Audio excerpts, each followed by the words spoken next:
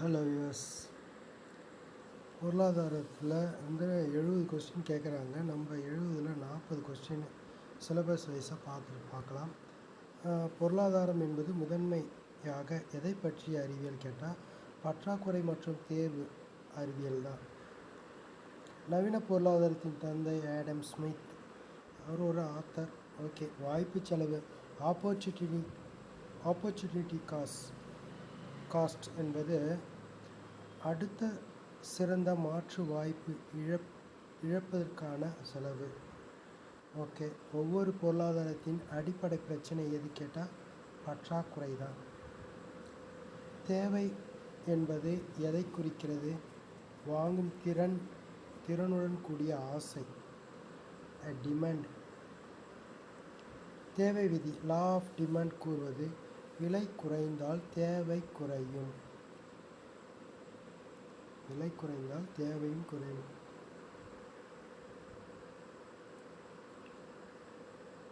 அதேமாதிரி தேவை வளைவு மற்றும் முக்கிய காரணிகள் எது? நுகர்வோர் வருமானம் ஆன்சர். தாழ்வு நிலை பொருட்கள், இன்ஃபீரியர் குட்ஸ். வருமானம் அதிகரித்தல் தேவை குறையும்.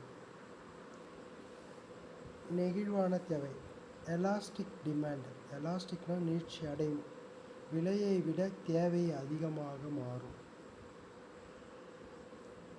வழங்கல், சப்ளை கர்வ் பொதுவாக மேல் நோக்கி உயரும். Supply curve. சந்தை சமநிலை, மார்க்கெட் ஈக்குவலிபிரியம் எப்பொழுது ஏற்படும் கேட்டால் தேவை = வழங்கல். நுகர்வோர் உபரி, கன்சியூமர் சர்ப்ளஸ் கோட்பாட்டை அறிமுகப்படுத்தியவர் ஆல்பர்ட் மார்ஷல். பயன்பாடு என்பது நுகர்வோரால் கிடைக்கும் திருப்தி, யூட்டிலிட்டி. மொத்த பயன்பாடு, டோட்டல் யூட்டிலிட்டி, மொத்த திருப்தி. விளிம்பு பயன்பாடு என்பது கூடுதல் திருப்தி, விளிம்பு பயன்பாடு. ஒரே ஒரு விற்பனையாளர் மட்டும் உள்ள சந்தை மோனோபிலி மீன்ஸ் தனி உரிமை சந்தை. பல வாங்குவர்களுக்கும் பல விற்பவர்களுக்கும் உள்ள சந்தை முழுமையான போட்டி சந்தை. விலை பாகுபாடு அதிகமாகும் காணப்படுவது தனியுரிமை சந்தை. உற்பத்தி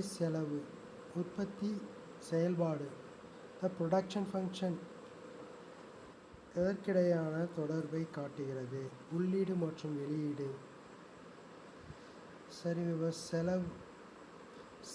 சராசரி செலவு, ஆவரேஜ் காஸ்ட் என்பது மொத்த செலவு ப்ளஸ் உற்பத்தி அளவு.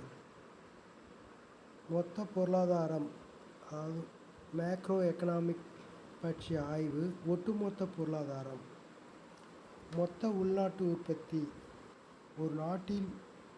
ஒரு ஆண்டில் உற்பத்தி செய்யப்படும் இறுதி பொருட்கள் மற்றும் சேவைகளின் மதிப்பு. GNP, cross national product. அது விரிவாக்கம் பார்க்கணும். தேசிய வருமானத்தை கணக்கிடும் முறை அல்லாதது விலை முறை. அது 3 முறை இருக்குது. தேசிய வருமானம், உற்பத்தி முறை, வருமான முறை, செலவிட முறை. இது உங்களுக்கு ஒரு எக்ஸாம்பிளாக தான் சொல்கிறேன். 3 types of national income calculation method கேட்டால் 3 types. ஒன்று உற்பத்தினா production method, income method, expenditure method. இது எக்ஸாம்பிளாக சொல்கிறேன். பணவீக்கம், இன்ஃப்ளேஷன். பணவீக்கம் பொதுவாக விலை குறைதல். பணவாட்டம், விலை வீழ்ச்சி. இந்தியாவின் மத்திய வங்கி Reserve Bank of India. Okay, Reserve Bank of India உருவாக்கப்பட்டது 1935. இந்த ரிசர்வ் பேங்க்கு தான் மொத்தம் ஒரு 17 பேங்க் இருக்குது. 17 பேங்க்கோட கண்ட்ரோலே RBIட்டு தான் இருக்குது. ஆமாம், லைசன்ஸை கேன்சல் பண்ணவும், ரிப்போ ரேட் மற்றும் வங்கி விதங்களை உயர்த்துதல் ஏற்றுதல் எல்லா கண்ட்ரோலும் இந்த ஆர்பிஐட்டு தான் இருக்குது. சரி, வங்கி விகிதம், பேங்க் ரேட் இதெல்லாம் நிர்ணயிக்கிறது யாருன்னா RBI Reserve Bank of India. Repo rate என்பது ஆர்பிஐ வங்கிகளுக்கு கடன் வழங்கும் வட்டி. ரிசர்வ் ரிப்போ ரேட் என்பது ஆர்பிஐ வங்கிகளிடமிருந்து பணம் பெறும் வட்டி. இந்தியாவின் நிதியாண்டு, இந்தியாவில் இப்போ பட்ஜெட் எப்போ தாக்கல் பண்ணுறாங்கன்னா நிதியாண்டு எப்போனா ஏப்ரல் டு மார்ச். இந்திய ஒன்றிய பட்ஜெட் தாக்கல் நிதியமைச்சர் தான் தாக்கல் பண்ணுவாங்க. இப்போ யார்? நிர்மலா சீதாராமன் தாக்கல் பண்ணுவாங்க. அதில் மறைமுக வேலைவாய்ப்பின்மை ஒரு வகை. மறைமுக வேலைவாய்ப்பின்மை. கீன்ஸ் எந்த பொருளாதாரத்தை வலியுறுத்துகிறார்? அரசின் தலையீடு. மொத்த தேவை, ஆக்ரிகேட் டிமாண்ட் என்பது ஒட்டுமொத்த தேவை.